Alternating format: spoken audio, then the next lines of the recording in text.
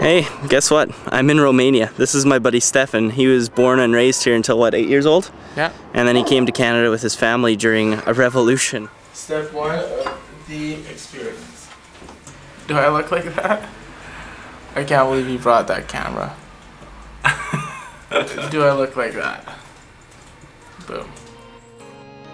Stefan and I have been really close friends since we met in high school, and having the chance to explore his hometown of Timisoara was a real honor.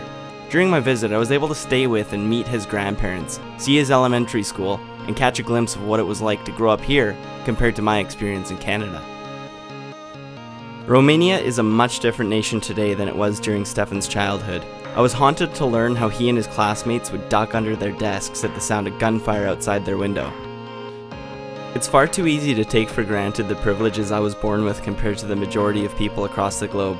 I have tremendous respect for Stefan and his family, and through my time with him in Romania, I feel that our friendship was able to grow through understanding.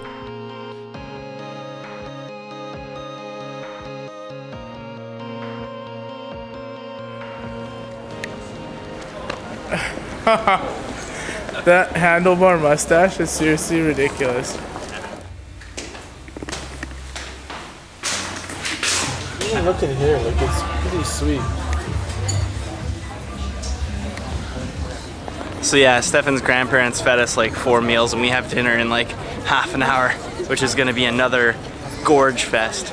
But Stefan's like, dude, you gotta try these pretzels, you gotta try these pretzels.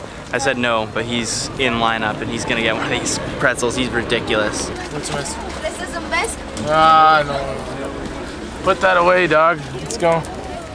She's like, should I smile? I'm like, oh no. I'm like, no, my friend's an idiot. Is that what you said? Yeah, I said that. Yeah. I should also mention that Stefan has a ridiculous sense of humor. I will guarantee that before I leave, you will make one bad decision. Not gonna happen. In Romania, telephone poles are made of concrete compared to my British Columbian timber. An interesting difference. Many people associate this nation with Transylvania, villainous counts and vampires. But Stefan shed some light on its more recent history. December of 1989 was a busy one, seeing the overthrowing and execution of the communist dictator Ceausescu, and swinging Romania straight into a democratic country. The bloody Romanian Revolution of 1989 began in Timisoara. Timisoara is a pretty happening city nowadays, and is home to well over 300,000 inhabitants, among them a large university population.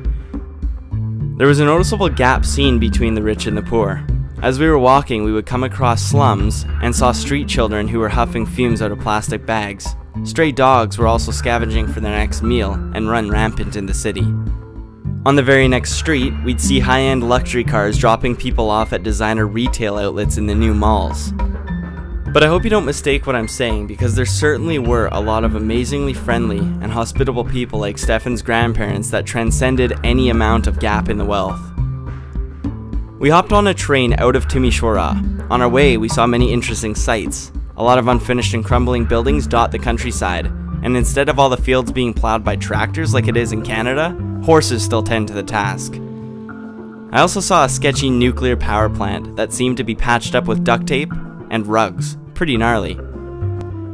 My time in Romania was certainly worthwhile, and next up, I'm looking forward to heading back to one of my favorite cities in the world, Budapest, Hungary. Oh, it's gonna be good, alright. Totes ma goats. And for those of you who are unfamiliar with that phrase, it means totally McGoatly. Well, see you in Hungary.